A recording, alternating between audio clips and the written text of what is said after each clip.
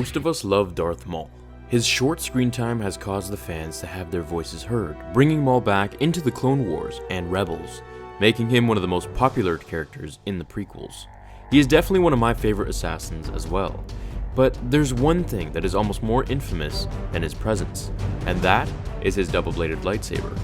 Hello everyone, I hope you're all having a great day. I'd like to give away another graphic novel in today's video. Just comment below and I'll choose the winner at random in a couple of days. And congratulations to the last graphic novel giveaway winner on Saturday just a few days ago. He sent this pic in and it was posted on my Facebook page. Today we'll be going over something I hope you'll all find interesting, and that is the backstory and reason Darth Maul chose his double-bladed lightsaber. We all know he's proficient in the 7th form of lightsaber fighting style, which focuses on aggression and acrobatics, always on the offensive. And we also know he has a vast knowledge of how to defeat Jedi of all species and specialties, so there must be a reason to his personally crafted tools. Well, there is. In the comic series Star Wars Tales, issue number 10, Maul is off on a planet slaying Jedi survivors when he comes across a weapons master, who beats him using only a simple wooden staff.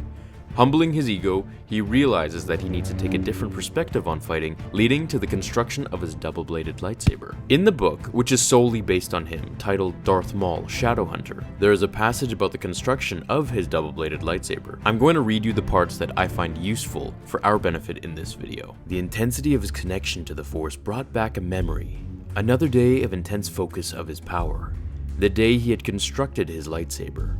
Maul was not one to revisit his past, unless doing so somehow served his master, but the satisfaction of the creation, the perfection of focus, and the highly charged connection to the Force that he had wrought his weapon stood out now in his memory. The specialized furnace which he had created from plans taken from his master's holocron had radiated an intense heat as it shaped the synthetic crystals needed for his lightsaber.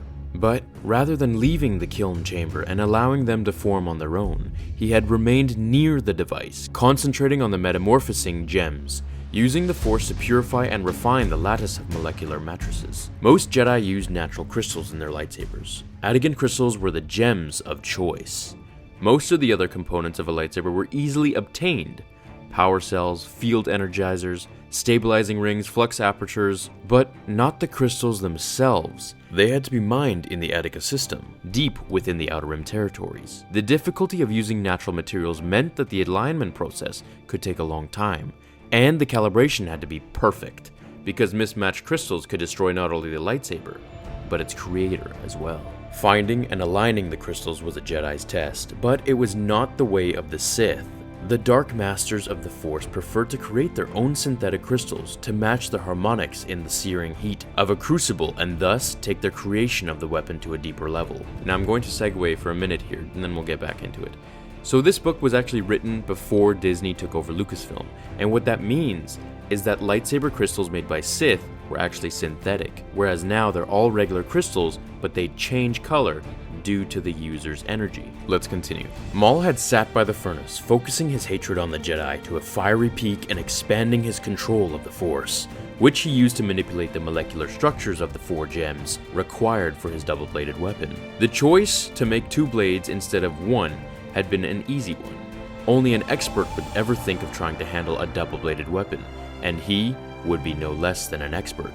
The glory of the Sith required it, as did his master. Not even the compressed walls of the pressurized chamber could entirely contain the intense temperature required to form the crystals. Hour after hour had passed, the searing heat washing over the apprentice, but his control had not wavered. The pain had not swayed his focus. Layer after countless layer of the crystals had been laid down, aligned and perfected. It had taken days without food or water or sleep, but eventually, he had sensed the readiness. Then, he had deactivated the furnace and cracked it open. There, sitting in the formation crucibles, had been his 4 perfect crystals. This puts some good insight on just how mindful and meditative Maul was on everything that he did. I hope you guys enjoyed this episode. If you did, be so kind as to leave a like, and I'll see you all in tomorrow's episode of Star Wars Theory. Good luck to whoever the winner is in this video for the graphic novel giveaway. I'll announce it in a few days on the Facebook page and as well in the comments here to whoever the winner is. Take care, my fellow Jedi and Sith friends. Until we meet again, remember, the Force will be with you, always. fulfill your destiny.